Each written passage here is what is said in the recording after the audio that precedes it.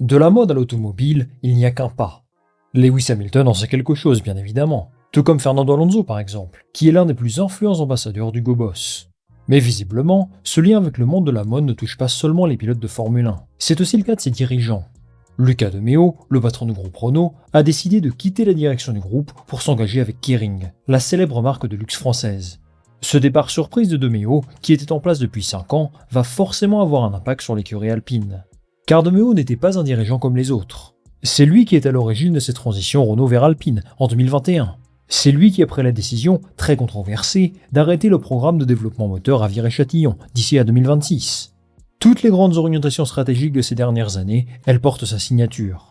Et sans lui, eh bien ça laisse forcément un certain flou sur l'avenir de l'écurie. Cyril Abiteboul, Otmar Szafnauer, Bruno Famin, et plus récemment Oliver Oaks, qui a claqué la porte après seulement 9 mois au poste de team principal. Et je ne vous parle même pas de tous les directeurs techniques qui sont passés par là, tous les employés qui sont partis. Qu'on l'aime ou pas, De Meo incarnait ce projet, et ses changements permanents. Et désormais, l'avenir sera sans lui. Forcément, son départ soulève une question cruciale. Que va devenir Alpine ? Le nouveau patron de Renault sera-t-il aussi investi dans ce projet F1, qui coûte cher, et qui rapporte beaucoup de déceptions ? Ou alors, est-ce que ce départ annonce la fin d'une aventure très prochainement ? Alors avant de s'interroger sur l'avenir, il faut d'abord regarder la réalité d'aujourd'hui. Et cette réalité, eh bien, elle n'est pas très réjouissante, loin de là. Avec seulement 11 points au compteur après 9 Grands Prix, l'écurie française pointe à une bien triste dernière place au championnat constructeur. C'est décevant, bien évidemment, surtout compte tenu des meilleurs résultats obtenus en fin de saison dernière, et de ce qu'on avait vu pendant les essais hivernaux aussi, qui laissaient présager une année un peu plus positive. Cela confirme l'adage, les essais hivernaux ne veulent parfois rien dire. Alors je vous avoue que cette saison, j'ai trouvé le discours d'Alpine assez troublant. Parce que d'un côté, en début d'année, Briatore parlait de finir dans le top 6 du championnat. Il évoquait une équipe qui avait progressé, des bases solides pour 2025. Et d'un certain côté, c'est vrai. Si l'on compare leur première partie de saison 2024 avec la deuxième, c'est le jour et la nuit. Sans même parler de ce double podium miraculeux, les performances étaient plutôt solides, et ils pouvaient peut-être aborder cette saison avec un peu plus d'ambition. Mais d'un autre côté, ce même Briatore expliquait aussi qu'il ne fallait pas trop en attendre cette année, que l'objectif principal, c'était 2026. Et que finalement, 2025 serait une année de transition. Un double discours, qui laisserait perplexe n'importe quel fan de l'écurie.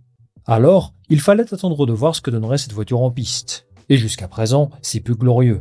Ces 11 points inscrits, ils viennent tous de Pierre Gasly, qui réussit à sauver les meubles tant bien que mal. Depuis l'arrivée de Colapinto en remplacement de Douane, l'écurie n'a marqué des points qu'à une seule reprise, à Barcelone.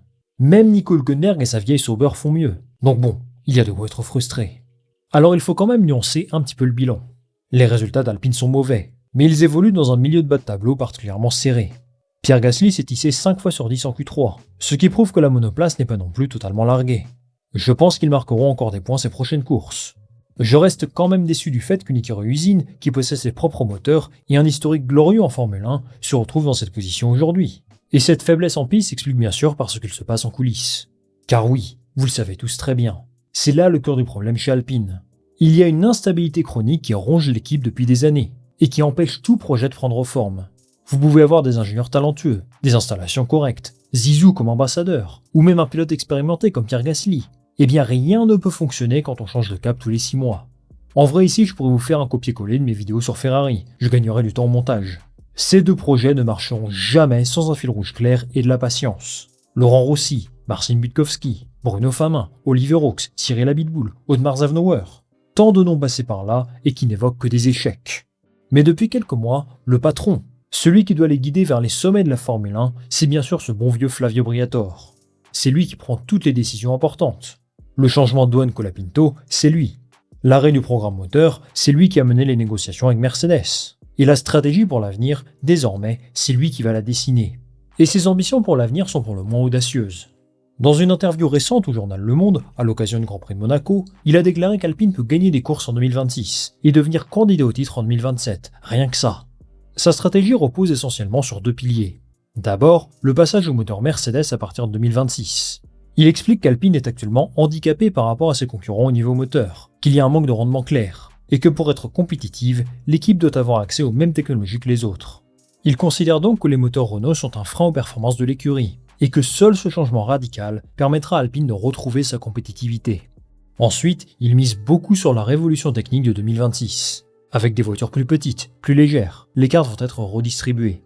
Et selon lui, Alpine a tout pour tirer son épingle du jeu dans ce nouveau contexte. D'autant plus que selon la plupart des médias, Mercedes aurait pris une avance considérable sur le développement des nouveaux groupes moteurs. Et en théorie, dans l'état actuel des choses, celui qui développera le meilleur moteur sera le favori du championnat.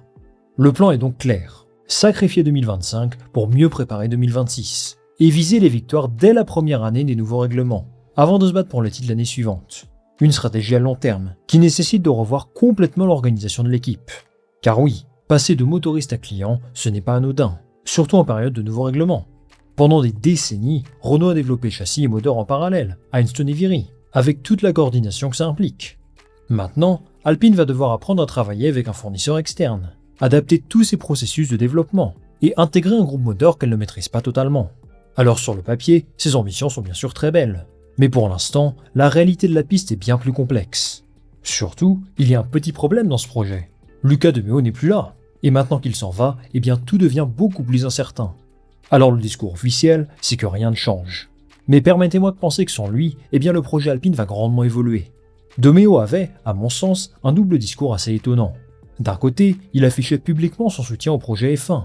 Il expliquait qu'Alpine représentait une vitrine formidable pour la marque Renault, que la Formule 1 était essentielle pour l'image du groupe, et qu'il fallait donner les moyens à l'équipe de réussir. Mais de l'autre côté, c'est ce même De Meo qui a pris la décision d'arrêter le programme moteur à Viry-Châtillon, motivé par des raisons budgétaires. C'est lui qui a décidé de faire une croix sur des décennies d'expertise, de mettre fin aux missions de centaines d'employés, et de transformer Alpine en une écurie cliente. Pour beaucoup de fans de Renault, ce n'est ni plus ni moins qu'une trahison.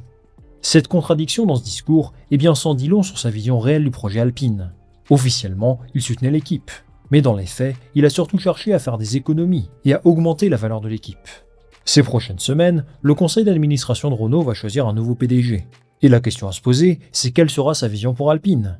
Souhaiteront-ils continuer à financer un projet qui coûte cher? Ou est-ce qu'ils chercheront à vendre cette équipe maintenant, alors que sa valeur n'a jamais été aussi élevée?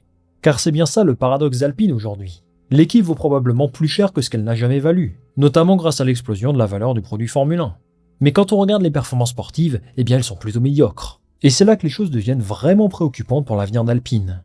Depuis un peu plus d'un an, les rumeurs de vente de l'équipe circulent de plus en plus dans le paddock. Des rumeurs qui étaient déjà présentes sous Luca de Meo donc, et qui ne vont certainement pas s'arranger avec son départ. Il y a un article publié par The Race il y a un an qui explique très bien la situation. Selon eux, tout pointe vers une vente prochaine d'Alpine.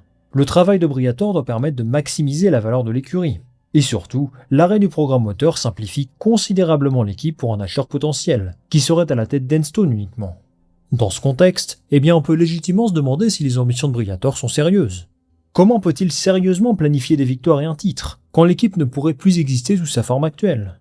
Comment motiver des employés et des pilotes quand une telle incertitude plane sur le projet? C'est là le cœur du problème aujourd'hui. D'un côté, il affiche des ambitions de grandeur, et de l'autre, tous les signaux économiques et stratégiques pointent vers une sortie de Renault du championnat. Ajouter à ça le départ de Meo désormais, eh bien ça fait beaucoup. Alors des acheteurs potentiels, il y en a déjà. Par exemple son partenaire, Otro Capital, qui possède 24% des parts de l'écurie. On a aussi parlé du groupe automobile chinois Geely, qui est partenaire technologique de Renault d'ailleurs. Et il y aura certainement d'autres candidats qui vont émerger, puisque posséder une écurie de Formule 1, eh bien c'est une perspective intéressante. Au final, les amis, quand on regarde la situation d'Alpine dans son ensemble, on a du mal à être optimiste. Cette équipe cumule beaucoup de points négatifs, qui font énormément de mal à son image.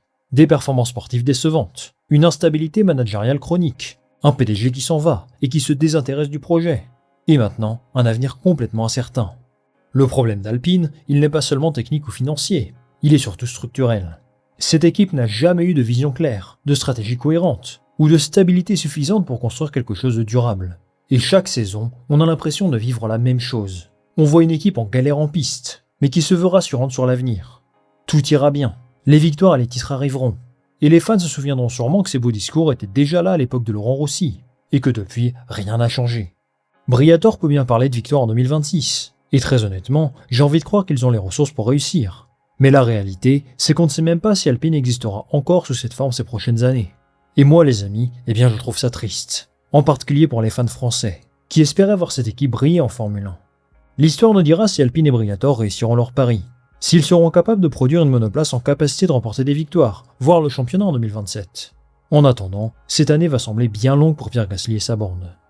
Ce week-end les amis, la Formule 1 est de retour, à Spielberg, en Autriche, et c'est donc l'heure de l'œil du prono. Un week-end qui peut s'avérer décisif pour la suite du championnat. Pour les pilotes McLaren bien sûr, mais aussi pour Max Verstappen et Red Bull, qui évoluent à domicile. Avant tout, je vous rappelle l'offre de Winamax. Désormais, votre premier pari est remboursé en cash dans la limite de 100 € s'il est perdant. En plus de ça, on vous offre un bonus de 10 € supplémentaires en cash avec le code promo PADDOCK10. Pour profiter de cette offre, il faut d'abord créer son compte sur Winamax si ce n'est pas encore fait. Vous déposez au maximum 100 € en saisissant le code PADDOCK10 pour profiter de 10 € supplémentaires. Vous placez votre premier pari et si celui-ci est perdant, Winamax vous rembourse le montant, dans la limite des 100 €. Pour profiter de cette offre, il faut cliquer sur le lien en commentaire épinglé ou en description. Ce week-end les amis, je pense que Max Verstappen va s'imposer sur le Red Bull Ring. Sur un circuit où il reste sur 4 pole positions consécutives, je pense qu'il aura les armes pour battre les McLaren, qui ont connu leur premier coup de moins bien lors du dernier Grand Prix, à Montréal. Au niveau des cotes, ça donne ça. Forcément, Oscar Piastri et Lando Norris sont toujours favoris, mais Verstappen a une meilleure cote qu'au Canada. Si vous voulez tenter un pari fun, je pense que George Russell peut s'inviter sur le podium ce week-end, alors qu'il est dans la meilleure forme de sa carrière. Attention les amis, regardez bien le bandeau jaune en bas de votre écran. Vous n'êtes pas majeur, vous jouez pas. Et si vous l'êtes, ne faites pas n'importe quoi avec votre argent. Ne placez que ce que vous pouvez vous permettre de perdre. Merci les amis d'avoir suivi cette vidéo jusqu'au bout, j'espère que celle-ci vous a plu. Avant de se quitter, pensez à me dire en commentaire ce que vous pensez de la situation d'Alpine en ce moment. Est-ce que vous êtes vous aussi inquiet pour l'avenir? Dites-moi de ça et je verrai ça attentivement. Comme d'habitude vous connaissez, pensez à liker cette vidéo, à la partager autour de vous et surtout vous abonner. C'est un soutien énorme en termes de référencement et de visibilité. On va se retrouver très vite pour une nouvelle vidéo. Salut à la prochaine.